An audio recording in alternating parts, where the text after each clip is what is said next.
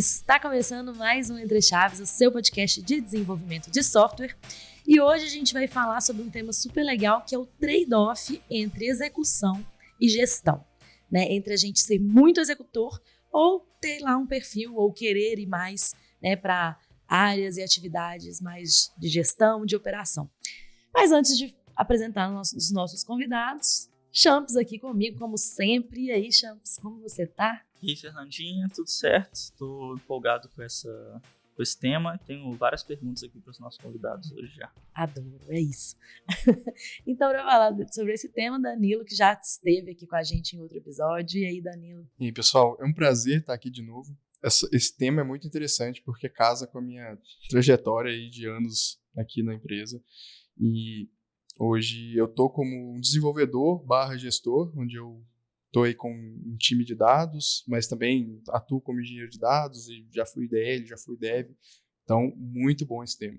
Massa. Inclusive foi o Danilo que sugeriu esse tema aqui pra gente. Se você que está nos ouvindo quer sugerir algum tema, manda pra gente no Instagram, na caixinha de perguntas do Spotify.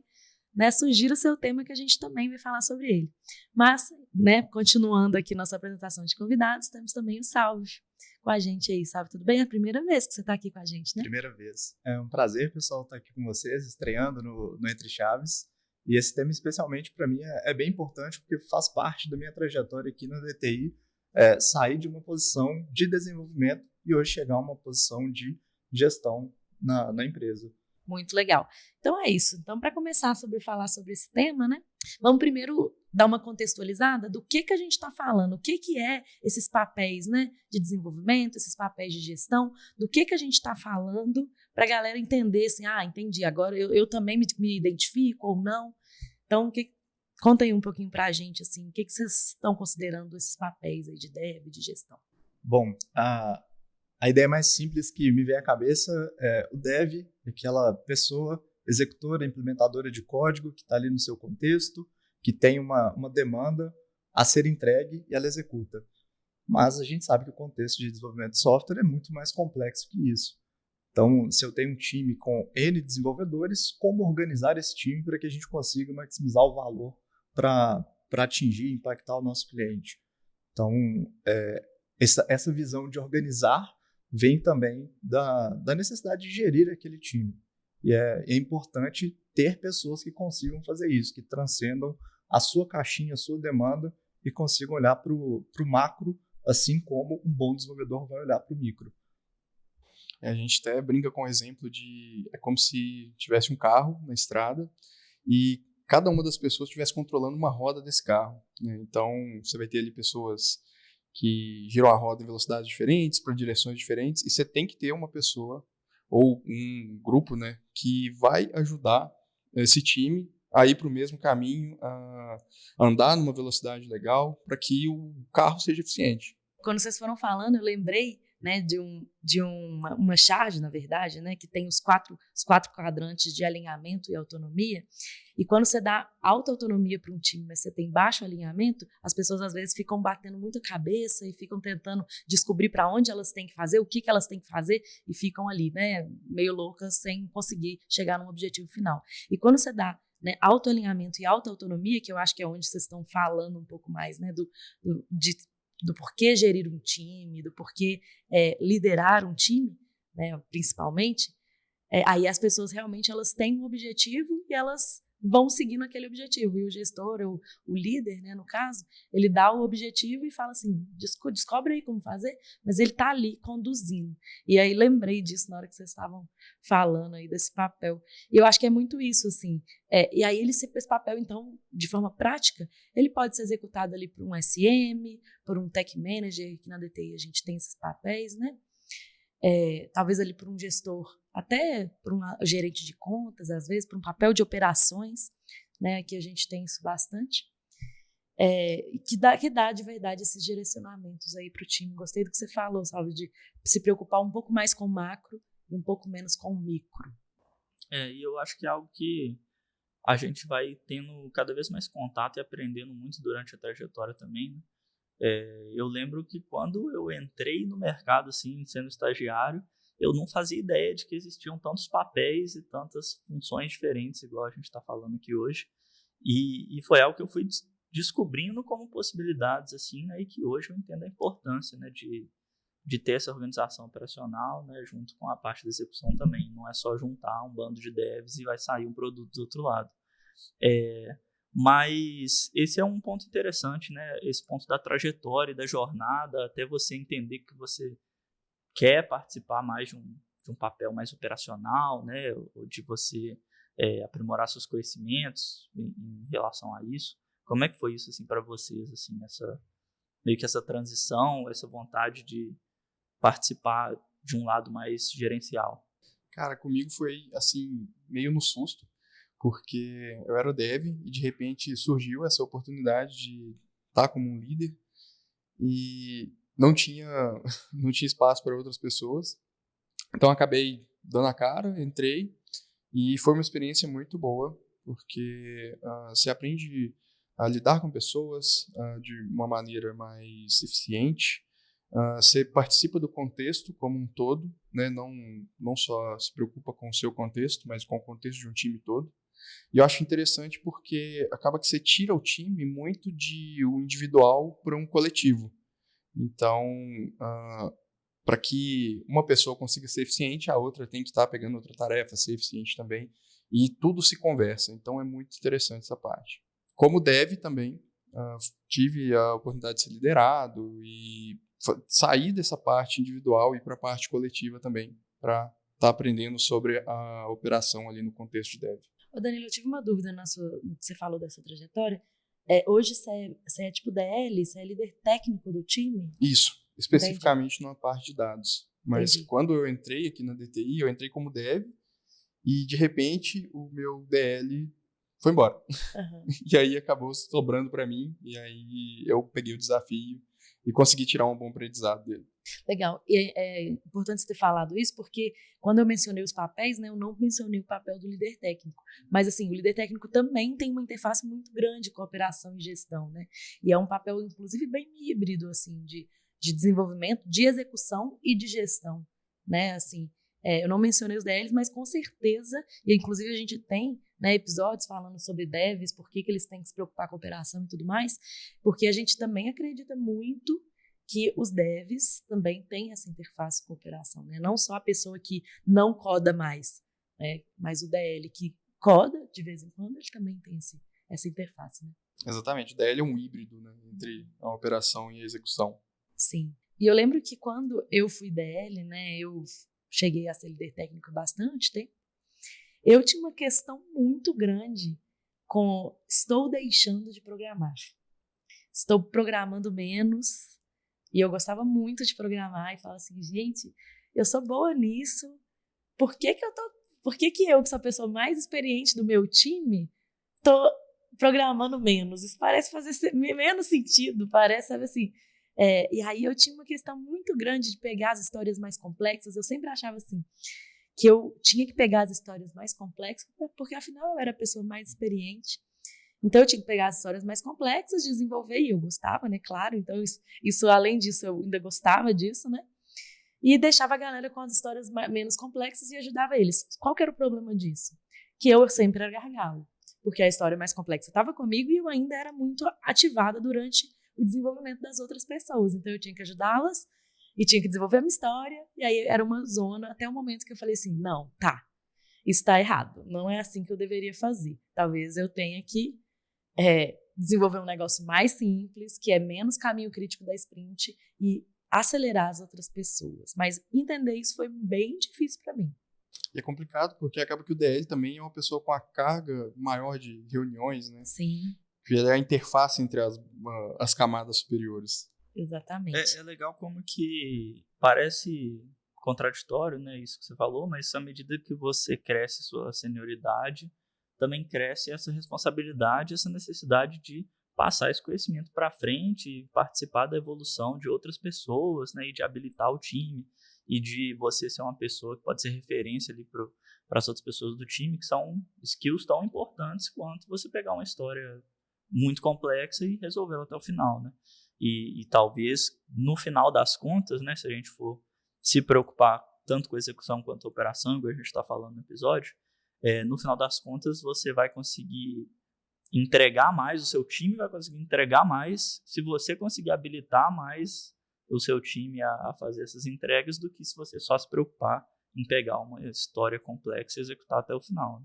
E você Salve, como que foi a sua trajetória? Eu compartilho muito do cenário que você trouxe, tá, Fernandinha? Eu entrei na DTI como líder de desenvolvimento de uma equipe. E naquele momento, minha maior intenção era de me desenvolver tecnicamente com stacks que eu não estava acostumado. Eu queria fazer uma mudança de carreira, eu queria realmente voltar um pouquinho mais para as tecnologias de mercado. Mas a necessidade do que o meu time pedia era diferente. Comecei a entender que a minha agenda naquele momento não estava concordando com o que eu precisava fazer para a coisa andar. Então, ao invés de eu assumir as tarefas mais complexas, de eu tentar forçar um desenvolvimento pessoal, eu comecei a apostar no meu time, eu comecei a entender o que eu realmente precisava fazer. E teve até um comentário muito pertinente na época que um desenvolvedor fez, num feedback estruturado meu, que foi o seguinte: Salvio, é até difícil avaliar nesse momento a sua capacidade de desenvolvimento, porque você está sendo muito mais um L do que um D da nossa posição de DL. Eu falei assim, poxa, que legal, faz sentido. E pouco tempo depois eu acabei transicionando para uma posição de SM na tribo, porque realmente o contexto carecia dessa organização. A gente tinha desafios ali na gestão do nosso time que iam além somente da capacidade técnica. Então, ali para mim foi uma virada, mas assumo, tá, gente, não é 100% fácil. A gente sente falta, né, de abrir mão daquilo que a gente está acostumado e lidar com o desafio do novo. Não é fácil. Então, a gente fica apegado, mas a mudança ela também traz pontos positivos, né? Então, ali foi a minha virada de chave. Mas você gostava de programar, assim? Gosto até hoje, sinto falta. Sinto falta, então sempre que eu tenho uma oportunidade, eu dou uma escapulida, eu penso em alguma solução para resolver os meus problemas, os problemas dos meus times, e faz parte, a gente trabalha com tecnologia. Tecnologia a gente vai viver no dia a dia, não tem como fugir. Então, mesmo que seja uma coisa simples, imagino, tem uma dificuldade de organizar um esquema de férias no meu time. Será que eu consigo, com pouco tempo que eu tenho disponível, trazer uma solução que se encaixe naquilo que eu preciso? Fui lá e fiz. Vamos utilizar o que o mercado está me oferecendo, vamos pegar um Power Automate, pegar uma solução ali da Microsoft, e a gente consegue fazer um bem bolado e pronto. Saiu. Então, não é de fato desenvolver uma história complexa, mas é trazer uma solução tecnológica para um problema que eu encontro no dia a dia. Legal. Essa é a minha Eu faço isso também. Eu uso muito, né, esses low code, tipo Power Apps, né? Eu já falei 1000 vezes aqui, né? Power Automate também, tentando. Agora o Copilot Studio, não sei se vocês já viram, né? O Copilot Studio, que também é uma ferramenta de chatbot da Microsoft, que integra com GPT e tudo mais. Então, assim, é umas oportunidades que você vai e fala assim, peraí que eu vou... Ai, adoro, quero relembrar aqui. Eu também, recentemente, eu parei no meio do caminho, mas eu participei do Advent of Code, não sei se vocês já ouviram, que é todo dezembro tem uma organização aí que faz o Advent of Code, que basicamente são desafios de programação do dia 1º ao dia 25 de dezembro. E cada dia eles soltam um desafio e você vai desenvolvendo, aí você pode criar tipo uma competição de um grupo, aí aqui na DTI volta e meia a gente faz, esse ano teve. Aí eu entrei, e é bom demais você lembrar, assim, de como que é resolver um probleminha bobo, às vezes, sabe, programando, é bom demais. Mas eu tive esse mesmo sentimento que você teve, porque quando, né, eu fui DL, eu ainda programava, por mais que a gente está falando aqui que o DL programa menos, mas eu ainda programava. E até 2019, eu tinha esse papel, né, de liderança técnica, mas, né, tinha algum papel ali de produto e tal, mas eu ainda tinha uma interface muito grande técnica, né, tanto de estabelecer soluções arquiteturais e tal, tinha muita interface técnica ainda. E de 2019, no final de 2019 para 2020, eu saí completamente, que eu fui para uma liderança de operações da DTI, Que aí eu saí completamente do codar do dia a dia. E aí foi um baque bem grande mesmo de não tenho isso mais, isso não faz parte mais do meu dia a dia. Isso às vezes é difícil mesmo, porque eu acho que a gente, não sei vocês, mas eu acho que a gente de exatas, talvez, né? Eu me considero esse perfil, talvez vocês também se considerem. Eu tenho um perfil muito executor, um perfil assim de que me dá uma tarefa, eu gosto de sair com ela do outro lado do túnel, tipo assim, no fim do túnel eu quero entregar esse negócio. Então eu sou muito executora. E ir para um papel de gestão, às vezes te tira um controle que você tinha o tempo inteiro ali quando você era dev. Você tinha uma tarefa que você pegava no início, entregava no final, e é isso. E quando você vai para a gestão, você vai para um caminho que você precisa confiar que as outras pessoas vão entregar o que é preciso. Isso está meio que fora da sua mão, assim. Você tem muito mais um papel de liderar, inspirar e convergir do que, de fato, pegar e fazer. Isso, no início, me deixava meio ansiosa. Vocês têm um pouco disso? Vocês compartilham esse sentimento? Ou vocês se acham, né, esse perfil executor que eu também estou falando? Totalmente, assim, principalmente quando essa parte de se confiar tarefas a outras pessoas, às vezes você quer pôr a mão, sabe? Você vê a pessoa ali, às vezes, tendo uma dificuldade, mas ela tem que aprender sozinha e se desenvolver também, mas você quer fazer aquilo, nossa, mas eu conseguiria fazer, mas às vezes não é o que você precisa fazer, sabe? Às vezes você tem que cuidar de outra parte do time, às vezes você tem que gerenciar e é isso, sabe? Cuidar da velocidade, entender que o tempo de aprendizado das pessoas é diferente também e que tem que andar junto com o tempo das entregas e gerenciar tudo isso. E nem sempre você vai conseguir pôr a mão na massa. Né? E às vezes, igual você falou, pôr a mão na massa em coisas pequenas, coisas simples ali que você consegue resolver rápido sem perder suporte pro time. Sim, e uma parte que eu percebo que é difícil de lidar no dia a dia é que a gente perde um pouquinho daquele senso de recompensa. Porque quando você é um executor, totalmente. Você colocou a mão, você fez algo, você entregou algo. Você tem um resultado palpável, né? Exatamente. É um resultado que é seu, porque está ali com o seu esforço. A partir do momento que você começa a ir para um caminho mais de gestão, você faz parte, talvez indiretamente, porque você não é a pessoa que está na linha de frente. E nem pode estar, porque quanto mais você está na linha de frente, menos você consegue ver o todo. Isso, e mais algumas outras coisas vão ficar capengas, né? Exato. Se você está muito afundado na execução do time, tem outras coisas da parte de gestão, de operação, que vão ficar capengas, não tem jeito. Exatamente. E achar esse balanceamento é um dos desafios que a gente aprende no vivência, aprende no dia a dia. Obviamente existem técnicas para ajudar, mas cada pessoa precisa achar o seu caminho ótimo ali quando ele vai para essa posição de gestão. Porque se você é um gestor que também está muito longe do seu time, você não sabe o que está acontecendo. Você perde a sua capacidade crítica de aproximar naquele contexto e fazer as perguntas certas. Mas se você é um líder, um gestor que está muito próximo do seu time, você não consegue ver o macro, você vai ser sugado pela tarefa do dia a dia. Então, esse é o desafio que a gente passa a absorver quando a gente faz essa mudança. E é um desafio que a gente, às vezes, enquanto está no papel de desenvolvedor, de executor somente, a gente nem percebe que está lá. Você perde seu potencial estratégico, né? Exato. Quando você está muito no micro e não no macro. Eu tenho outra pergunta que talvez outras pessoas estejam se questionando também.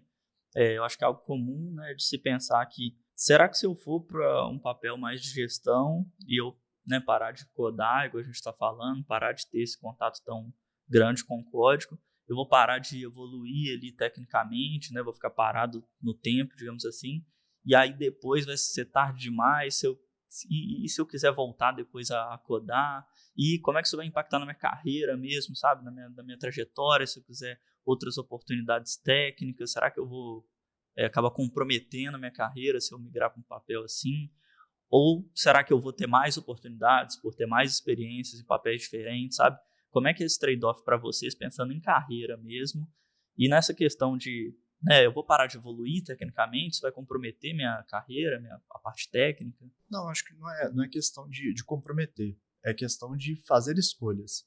Então, o profissional, ele, ainda mais na área de tecnologia, ele tem uma gama de oportunidades, de skills para serem desenvolvidas.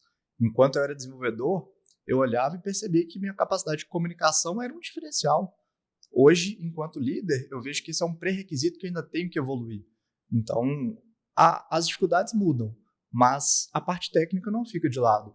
Para você conseguir aproximar de um contexto que você não está ali no dia a dia, você às vezes não está participando de todas as deles, você não está colado naquele time, mas ter a capacidade de entrar em um curto intervalo de tempo, fazer uma sabatina, fazer as perguntas certas, é uma skill a ser desenvolvida e que depende muito de algum conhecimento naquela área fim que você está inserido, no nosso caso, tecnologia.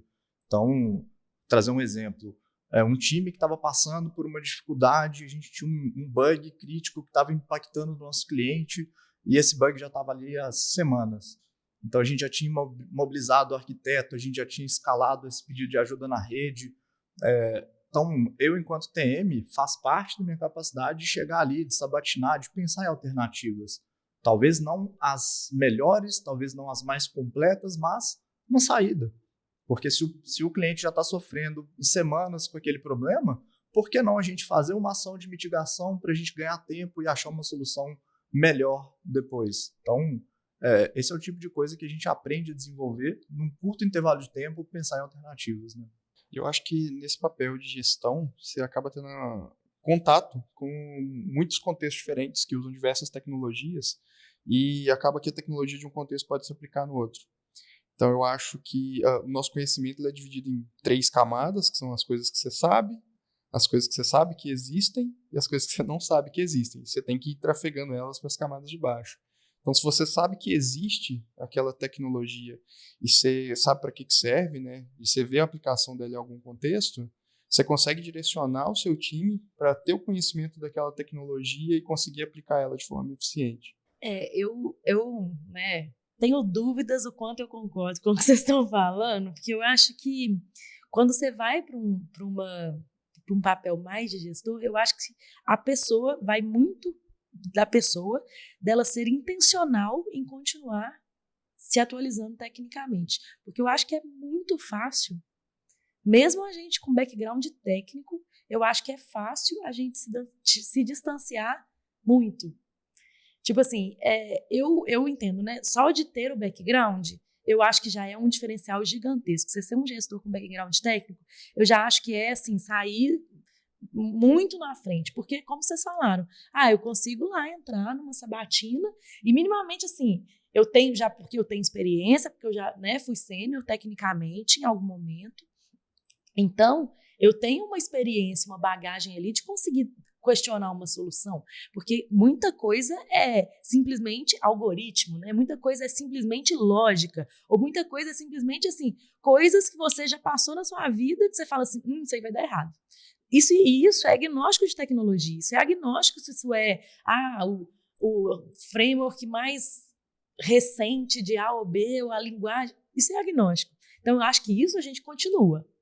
Né? A gente continua com esse potencial de conseguir sabatinar, de conseguir, né? Enfim, dar esses pitacos. Agora, em ficar realmente atualizado na tecnologia, atualizado em como as coisas, por exemplo, um exemplo muito simples meu aqui. Quando eu programava mesmo, eu não usava nada na nuvem. Cloud não usava, era tudo on-premise. Então, assim, isso é um conceito que é diferente. Hoje, ninguém usa quase, né? Assim, é muito mais fácil você achar, né, sistemas que são deployados na nuvem e que, enfim, tem toda a gestão de infraestrutura na nuvem do que on-premise.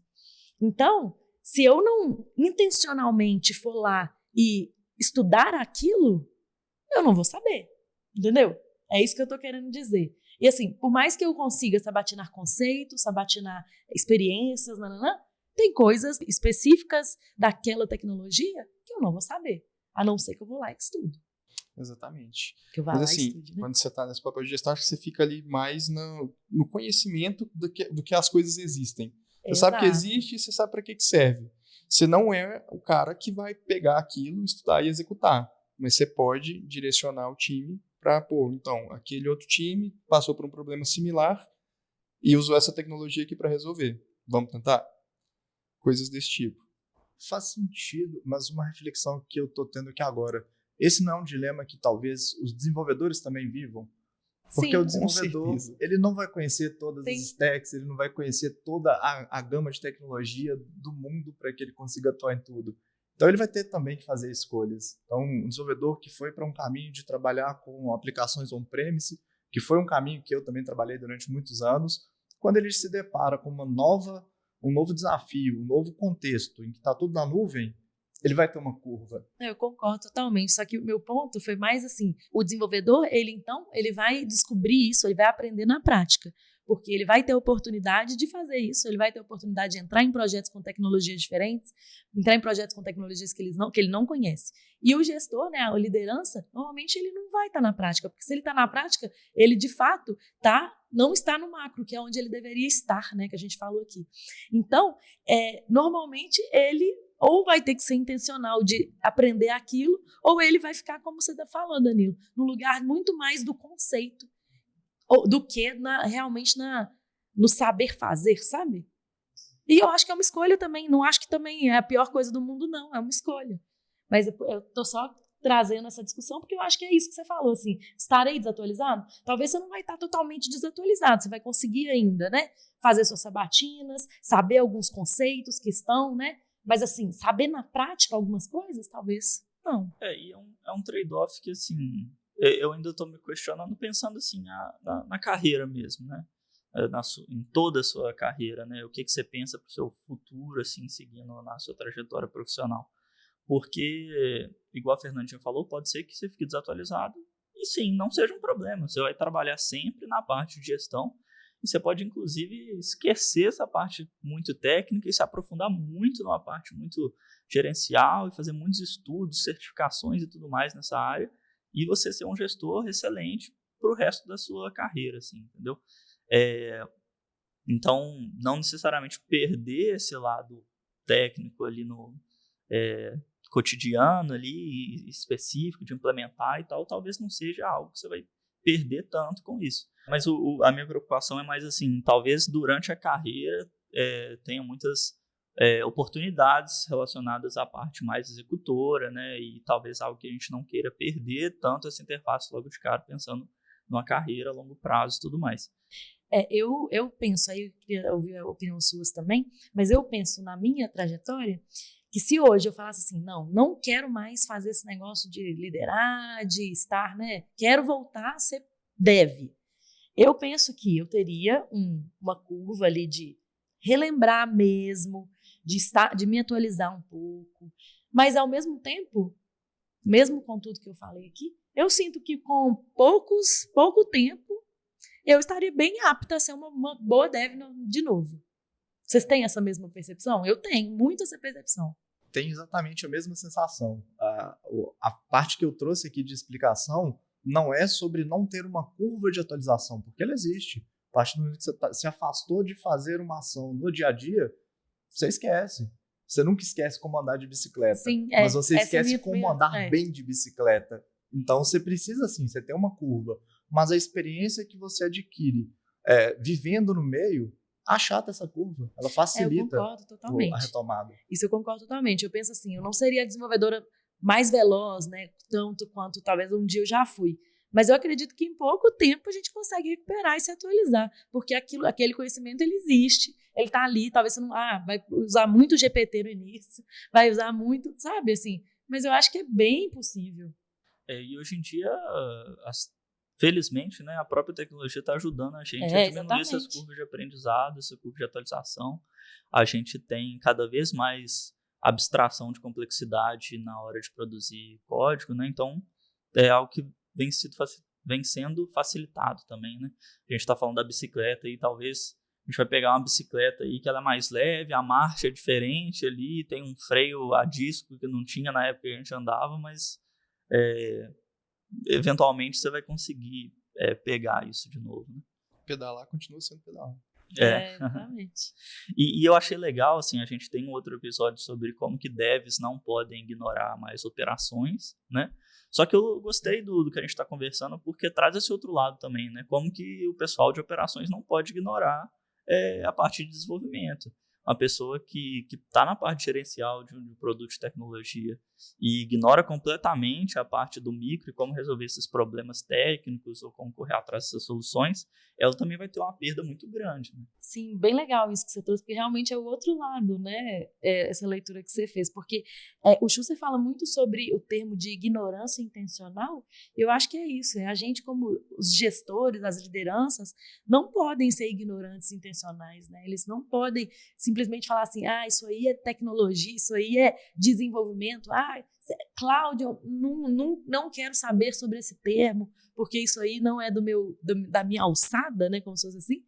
Mas não, cara, assim, se você está liderando um time de tecnologia, se você está liderando, você tem coisa que, por mais que você não, às vezes você nem tem um background técnico, mas você tem que saber sim.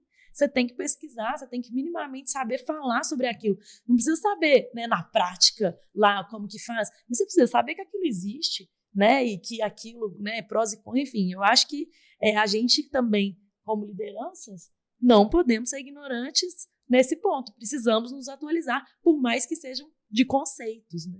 Exatamente. Uma coisa que eu acredito muito é que você pode ser um profissional diferenciado em alguns temas, em alguns tópicos, mas você vai ser realmente testado naquilo que você não tem tanta proficiência, né? Você conseguir ter uma boa desenvoltura nas coisas que você não tem tanto conhecimento.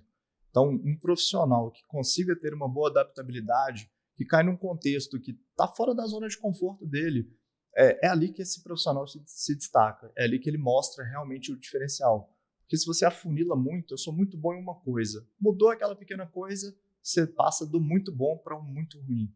Então, essa diversidade eu acho que torna a gente mais resiliente, mais robusto para um mercado de tecnologia que muda e muda muito rápido, né? Não, eu não podia concordar mais com essa sua afirmação. Assim, ainda mais com o momento que a gente está passando de mercado agora, que a gente passou, né, pandemia, boom, tal, muita gente se especializou muito e o mercado estava pedindo isso, né? As empresas são muito empurradas pelo mercado. O mercado estava pedindo especialistas, as pessoas tiveram espaço para se especializar. E agora que o mercado deu uma retraída, tá um mercado muito mais restritivo, é um momento, na minha percepção, das pessoas abrirem o seu leque e realmente conseguirem ser muito mais generalistas. Eu sempre defendi, né, as pessoas a serem mais generalistas do que especialistas. Mas eu acho que o momento do mercado agora é ainda mais importante a pessoa realmente se colocar em situações em que ela não está confortável. Porque é nesse momento que eu acho também que ela se destaca, que ela cresce e que ela realmente consegue ser uma pessoa que fala assim, não, aquela pessoa ali é pau pra toda obra, aquela pessoa eu posso contar com ela. Exatamente. O famoso desembolador de problemas. Eu falo isso, né? A gente é resolvedor de problemas, né, Chaves? A gente falou isso muitas vezes aqui no Entre Chaves. É engraçado trazer um exemplo até de um time nosso. Eu tenho uma PO que, através da tecnologia de IA, consegue hoje fazer pesquisas na Azure, lá nas nossas ferramentas de monitoramento e extrair métricas. Então, poxa, gente, não tenho medo de aprender. A tecnologia está aqui, ela ajuda, ela facilita esse caminho, mas ela não pega na mão da gente e faz a gente aprender. Vem muito da gente. Falo para quem alguns anos atrás estava codando, abrindo um Vim da vida e um manual e muito esforço e boa vontade, hoje você tem um Copilot da vida que consegue te ajudar, já traz ali para a gente uma grande parte daquele conhecimento técnico da ferramenta, mas na essência mesmo, né, o aprendizado, aquela visão crítica, essa capacidade nossa de se desenvolver, isso vem da gente. É a contrapartida que a gente tem que dar. A tecnologia é só o apoio. A curva de aprendizado, igual o Champs falou, está bem mais achatada, né? Então, a gente tem que ter a força de vontade de aproveitar esse momento que a curva está achatada e desenvolver o conhecimento em tecnologia e, como o caso da PIO que o Salvio comentou, que precisava extrair métricas, usou IA para gerar queries e KQL, um monte de coisa e tirou métricas super relevantes para a gente, que ajudou muito no desenvolvimento do produto. Estava numa reunião de operações recentemente e várias pessoas que têm background técnico, mas não codam mais. E a gente estava brincando justamente com isso. Tanto que o Copilot, né, o GPT e tal, que a gente agora ia voltar jogando de novo. A gente ia voltar pro jogo. A gente estava brincando nisso. Porque é muito isso mesmo, né? Assim, não sei se vocês já usaram o Copilot mesmo do GitHub, por exemplo, que é integrado com a IDE, que assim, você pede e ele já te dá uma função, né? Ele vai fazendo um autocomplete muito bom. São muitas coisas que realmente voltam com a gente pro jogo, sabe?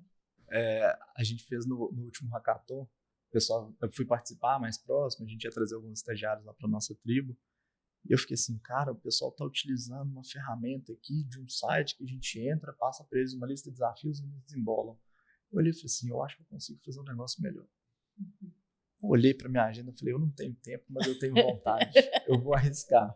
Então fomos lá, construímos uma paginazinha no GitHub Pages, colocamos um JavaScript para poder conectar com uma API que fazia a validação das soluções e automatizamos as respostas. Então tive que resolver as questões para realmente para poder testar. Mas aquilo me deu um senso de felicidade que eu voltei alguns anos e falei, nossa, que delícia, né? Essa era a sensação de você codar, de você ter um resultado concreto.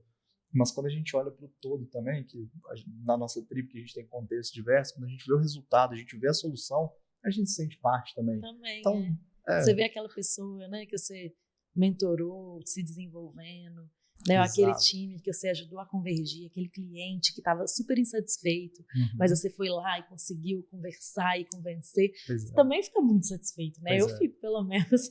Exato. Eu acho que é uma outra satisfação, é uma satisfação mas que diferente. também é muito legal, né? Mas é uma responsabilidade muito maior também, né? Ao mesmo tempo, se as coisas dão certo, é uma maravilha, e se as coisas dão errado, você fica se perguntando o que é que você fez de errado e tal, porque você fica sempre na dúvida, será que fui eu que errei Sim. aqui? Será que eu poderia ter feito algo para evitar? E às vezes é algo que nem está no seu controle, mas como, igual a gente estava falando, né?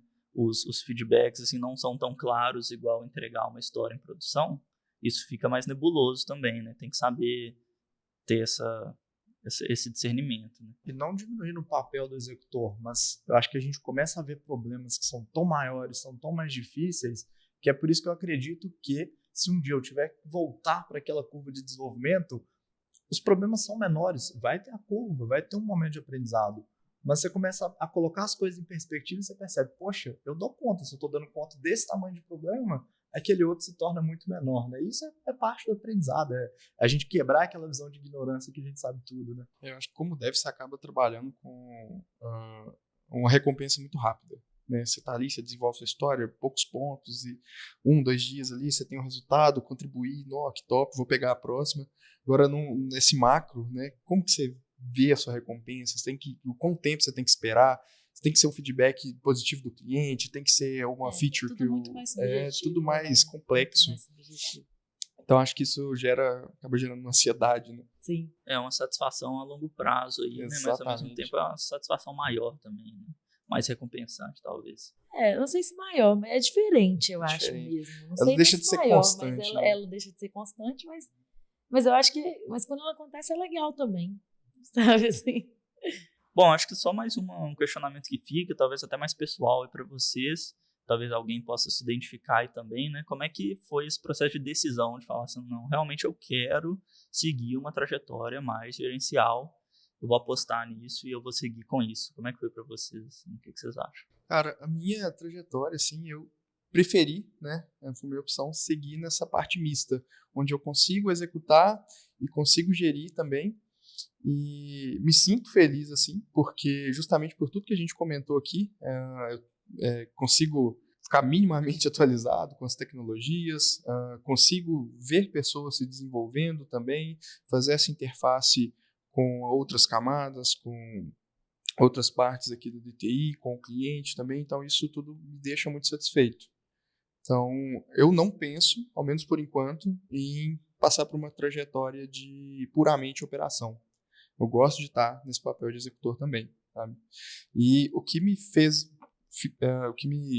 motivou, né, a continuar nesse papel foi justamente a minha formação. Eu gosto muito de programar, né? E também gosto muito de ajudar pessoas. Então, para mim, esse foi o meio termo, assim, que para mim hoje está tranquilo. Para mim veio muito do momento, da necessidade e do desafio. Eu sou um cara muito orientado a desafios, eu gosto de me reinventar, no dia seguinte estar melhor do que eu estava no dia anterior, então passou muito por isso. Mas talvez a sugestão que eu daria é, você não precisa fazer essa mudança brusca. Assuma novas responsabilidades, experimenta, dê passos consistentes nesse desenvolvimento, se dê tempo de evoluir nessa mudança de trajetória, porque fica mais fácil você tomar uma decisão se você realmente tem um perfil, se você quer seguir para uma visão mais gerencial, ou se não, eu prefiro ficar na esfera ali de execução, mas com características diferenciadas. Acho que tem espaço para todo mundo, tem perfil que atende a cada contexto. Acho que é isso a minha visão. Eu acredito assim, né? Quando eu comecei a programar, né, claro, quando eu era estagiária, eu nunca imaginei que eu teria perfil de liderança. Eu sempre fui muito tímida e sempre achei que eu ia ser bem executora, desenvolvedora para sempre, sei lá, especialista, sei lá, o que eu achava, né? E aí eu fui começando a tomar gosto por liderar pessoas em algum momento. E aí esse papel do DL, né, do líder técnico, né, para mim foi um papel assim um dos que eu mais gostei na minha vida toda, porque eu gostava muito desse negócio híbrido do executor, de gerir, de executar, e de ser liderança, de acompanhar as pessoas, de ter contato com o cliente. Sempre foi um negócio que eu gostei muito. Então assim, eu acho que muito para mim foi esse negócio, né, de gostar de liderar pessoas, de treinar pessoas, de ter contato com o cliente. Isso foi um negócio que foi crescendo em mim durante a minha carreira e quanto mais, né, foi aumentando a minha senioridade. Mas o momento que eu decidi parar totalmente foi meio oportunidade também. Foi assim, eu já tinha tido algumas oportunidades que eu tinha perdido, né, que eu falava assim, não vou continuar sendo DL. Mas vai ser TM, não sei o quê. Não vou, não quero parar de programar, não quero. Até que uma hora eu falei assim, gente, é isso. Já tive tantas outras que eu falei que não. E agora, nesse momento, eu quero falar que sim, vou experimentar. E aí, pra mim, foi bem isso, assim. Uhum. Mas eu já sabia que eu gostava dessa parte também, né? Legal. Mais de liderança e tudo mais. E eu não me arrependo, assim, nem um pouco, mesmo. Eu acho que eu me encontrei bem, assim, nesses papéis que eu estive nesses últimos anos.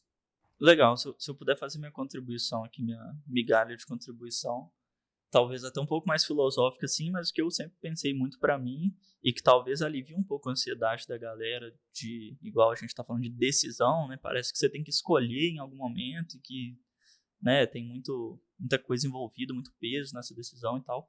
Para mim, pelo menos sempre foi, e eu tendo a continuar seguindo que seja sempre muito orgânico, sabe? Então, assim, nunca foi para mim nenhuma das minhas nenhum dos meus ganhos de responsabilidade assim que eu tive foram processos de decisões muito bruscos assim, mudanças bruscas de papéis, nem nada do tipo. Sempre foram evoluções orgânicas de coisas que às vezes eu já estava participando ou fazendo mais no dia a dia e acabava que as pessoas vão te incluindo mais e você acaba que assumindo organicamente outros tipos de responsabilidade e tendo outros tipos de oportunidade também. Então, algo que eu sigo para mim, pelo menos, sempre tentar seguir esse processo mais orgânico, ver o que você está gostando de fazer no seu dia a dia, o que você não está gostando de fazer, conseguir filtrar isso bem, e acaba que eu acho que é mais natural dessa forma, assim, sabe? Sim, também acho. Eu gosto desse pensamento. Eu acho que às vezes a gente cria a ilusão que a gente tem controle total, 100% da nossa trajetória. Mas eu acho que não é bem assim, sabe?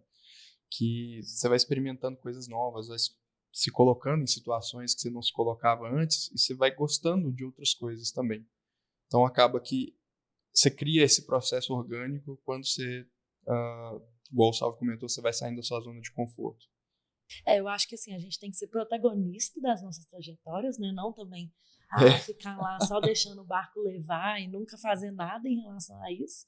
Né? Eu acho que a gente tem que ser protagonista, mas ao mesmo tempo eu concordo que assim, né, também tem coisas que vão ser naturais e tem coisas que você simplesmente vai vendo o que você gosta, vai assumindo mais responsabilidade, né? Vai, enfim, estudando uma coisa ou outra. E aí você vai, né, também nada de carteirada, que eu também acho que acaba não sendo tão legal. Isso facilita muito você estar num ambiente que te permita essa maleabilidade, sabe? Sim, total. E se planeje, né? Porque a mudança ela não acontece em um dia, uma semana. Com certeza. Então, dê tempo para esse amadurecimento, para esse aprendizado e experimente, não tenha medo de arriscar. Bom, gente, acho que é isso. A gente teve um papo bem legal aqui. Quem tava dormindo aí acordou. Eu achei esse episódio muito legal justamente porque a gente aprendeu aqui por que pessoas de operações, de gestão também não podem ignorar o desenvolvimento. Né? Então, gostei muito. Valeu, gente. Obrigada e até a próxima. Tchau, tchau. Valeu, pessoal. Valeu, até mais, galera.